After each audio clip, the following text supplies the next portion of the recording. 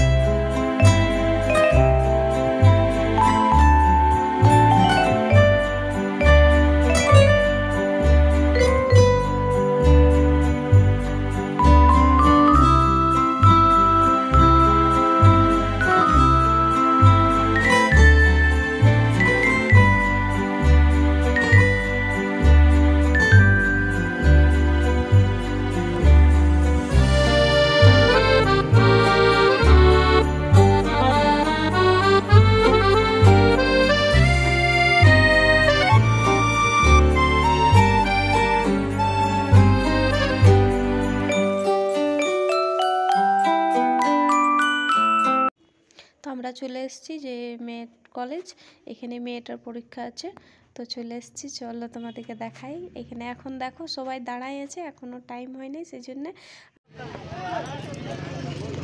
मेरे लाल मेरे पीले कैसा एग्जाम गया? पढ़ गया है वो सब आया यही बोलता है जो सब पढ़ के आए वो सब आया ही नहीं ले मेरा लाल। আর এই দেখলা এখনও সব গার্জেনরা বাইরেই দাঁড়িয়েছে, কেন 12th ক্লাসের ছেলেদের এন্ট্রি হয়নি এখনও।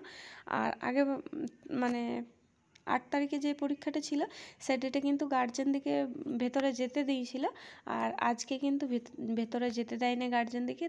তো মেয়ে চলে গেল ভেতরে আর আমরা চললাম ঘর। এই কলেজে পড়েছে মেয়ের সেন্টার, এই চলে এলাম। তো চলো আবার ওকে আনতে যাবার সময় হয়ে গেছে, তার জন্য আমরা আবার আনতে যেছি। তো আমার তো এখন কদিন খালি আসা যাওয়া হবে, তার কিছু না। এই দেখো মেয়ে চলে এসছে পরীক্ষা দিয়ে, শুধালাম যে কেমন গিয়েছে, তো বলে ভালো গিয়েছে। এসে মেয়ে বললে খিদে লেগেছে, তো ছোটো বোন আমাকে চাউমিন বানাই দিল, আমাদেরকেও দিল সাথে। আর আমার ব্লগটা তোমাদের কেমন লাগে জানায়।